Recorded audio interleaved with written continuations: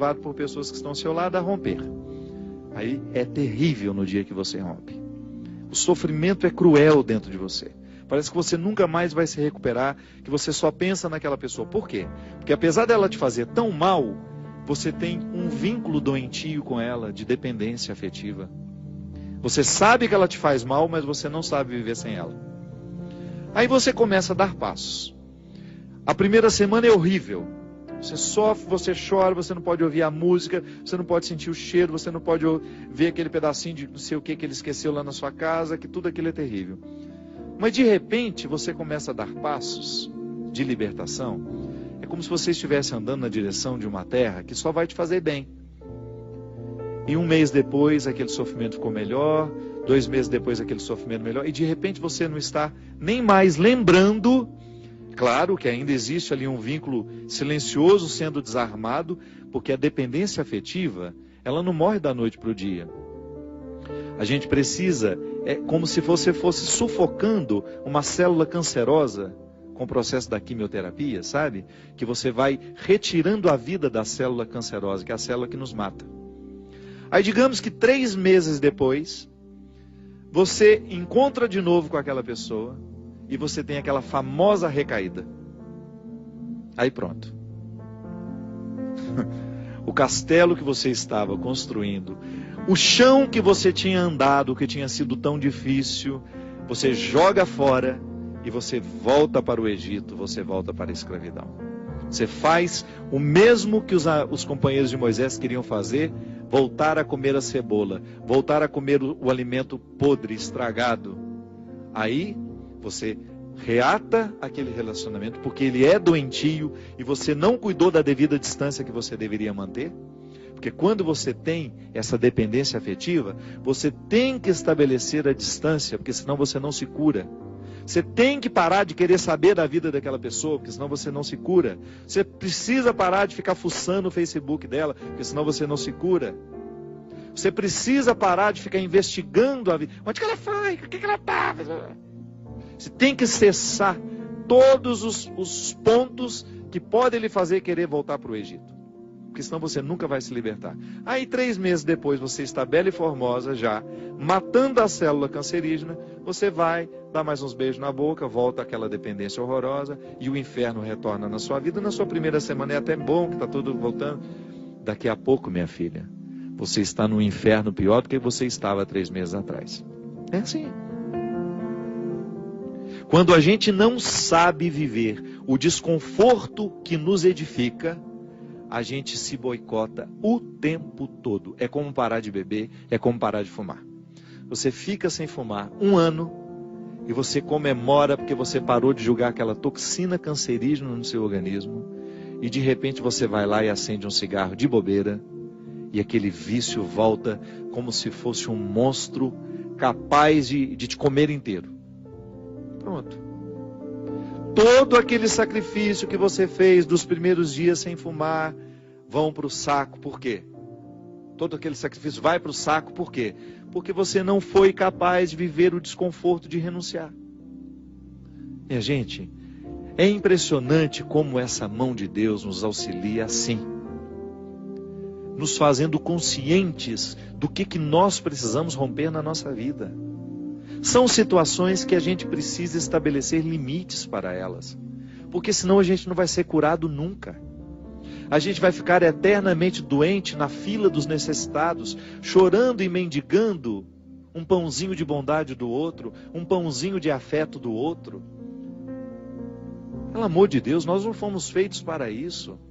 Nós não fomos feitos para ficar arrastando dependentes afetivamente dos outros. A gente foi feito para amar. E o amor só tem sentido na nossa vida se for para nos edificar, se for para nos ajudar a atravessar o desconforto do deserto. Caso contrário, ele não faz sentido. Esse pseudo-amor, esse falso amor que às vezes a gente diz sentir um pelo outro, que não nos ajuda nos desconfortos do deserto. Eu preciso viver os meus desertos, você precisa viver os seus.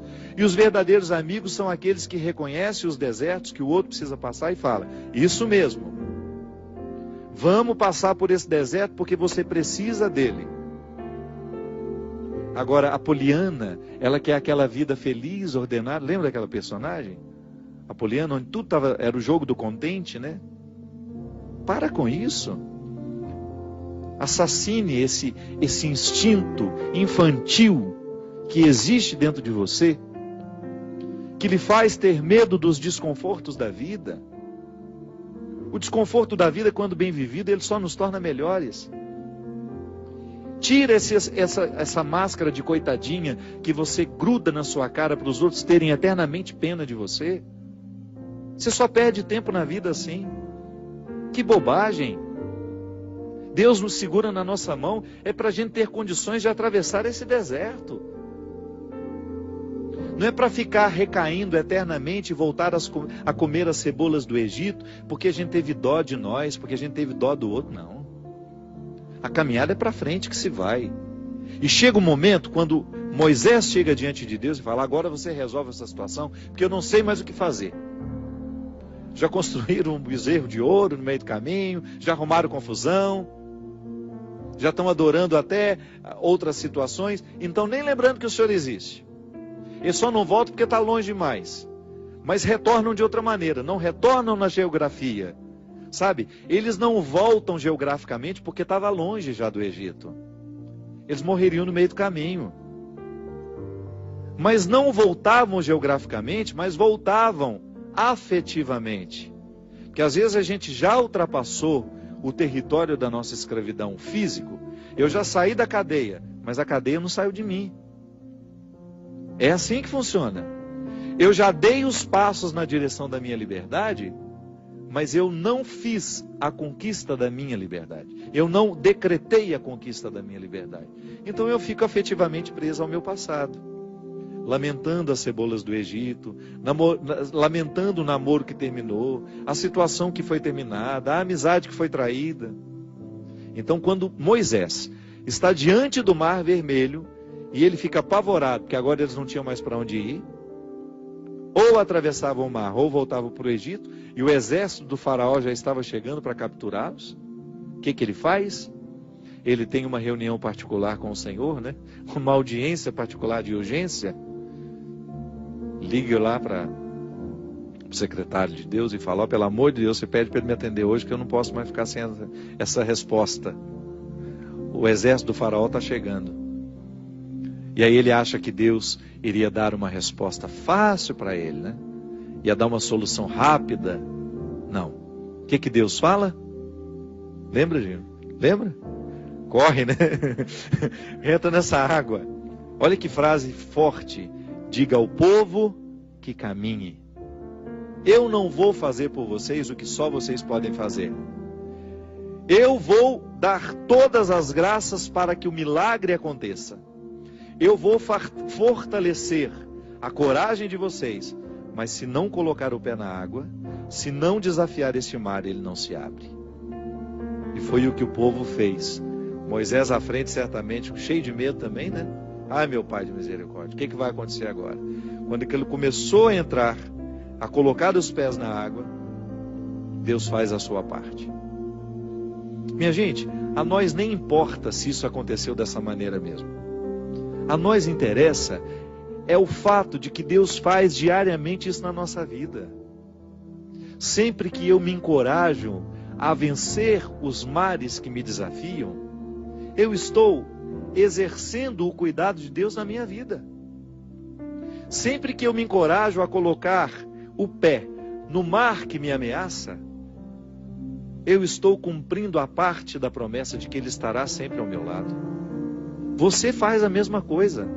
Sempre que você desafia os seus mares, sempre que você enfrenta os seus desconfortos, quando você não tem medo do desconforto que lhe chega, quando você olha para ele de frente, você fala: e agora?